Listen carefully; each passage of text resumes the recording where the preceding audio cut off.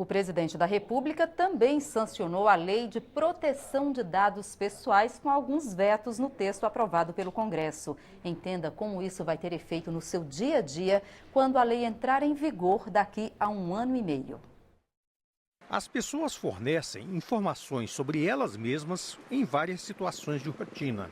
Isso ocorre ao fornecer o CPF na farmácia para obter descontos na compra de remédios, ao fazer cadastro no crediário de uma loja, ao criar um perfil numa rede social, ou apenas ao frequentar um restaurante com o GPS do celular ativado.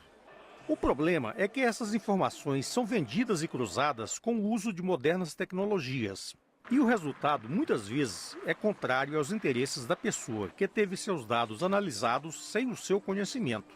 Por exemplo, no valor do plano de saúde, no acesso a um financiamento ou numa entrevista de emprego.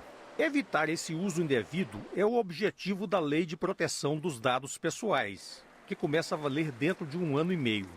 O texto foi sancionado pelo presidente da República com alguns vetos. O principal veto foi ao artigo que previa a criação da Autoridade Nacional de Proteção de Dados, que, segundo o governo, não poderia ser feita por lei com origem no parlamento. Por isso, o governo se comprometeu a enviar projeto de lei criando esse órgão, que terá a finalidade de colocar em prática o que manda a lei. Também foi vetada a proibição de compartilhamento de dados pessoais entre órgãos públicos. Segundo o governo, isso poderia prejudicar políticas públicas e atividades de fiscalização e controle. Outro veto foi a suspensão ou proibição de tratamento de dados por empresas infratoras. O governo alegou riscos principalmente à segurança do sistema financeiro.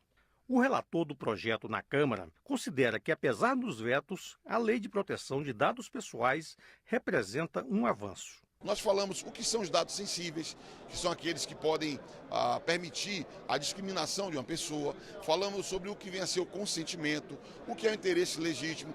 Fixamos vários conceitos na lei. Segundo, estabelecemos as regras para que os dados pessoais possam ter transferência internacional, porque um clique no seu smartphone leva seus dados para fora do Brasil e volta. Estabelecemos quando que o legítimo interesse pode ser exercido, ou seja, quando que um dado pessoal pode ser tratado sem o consentimento da pessoa para atender determinado legítimo interesse. Por exemplo, um banco, ele pode tratar um dado pessoal sem consentimento para aumentar a segurança do seu cliente? Sim, porque isso é uma missão do contrato feito entre o cliente e o banco.